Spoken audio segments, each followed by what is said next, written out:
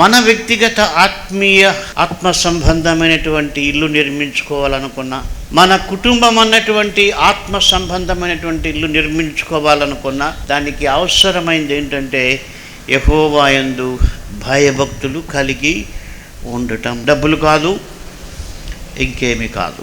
అప్పుడు ఒక వ్యక్తికి తన ఆత్మీయ జీవితం ఎలా కట్టుకోవాలి అన్నటువంటి జ్ఞానం వస్తుంది. ఇదే సామెతల గ్రంథంలో 14వ అధ్యాయంలో 1వ వచనం చెప్పబడింది, జ్ఞానవంతురాలు తన ఇల్లు కట్టును, మూఢురాలు తన చేతులతో తన ఇల్లు ఊడబెరుకును.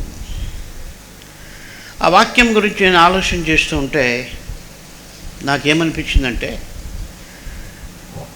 యేసు ప్రభువును నమ్మినటువంటి వ్యక్తి లేక ఈ లోకంలో ఉన్నటువంటి వ్యక్తి అయినా సరే, తను చేసేటువంటి నిర్ణయాల వలన, తాను చేసేటువంటి పనుల వలన, తాను మాట్లాడేటువంటి మాటల వలన ఒకటి జరుగుతూ ఉంటుంది. అదేంటంటే ఒక ఆత్మ సంబంధమైన ఇల్లు కట్టబడుతూ అయినా ఉంటుంది, లేకపోతే అది పెరికివేయబడుతూ అయినా ఉంటుంది.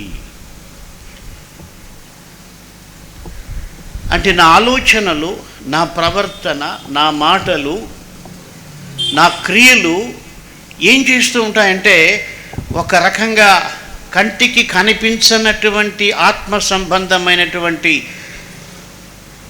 నా నివాసాన్ని అవి కడుతూ అయినా వస్తాయి, లేకపోతే వాటిని పెరుకుతూ అయినా ఊడబెరుకుతూ అయినా వస్తాయి.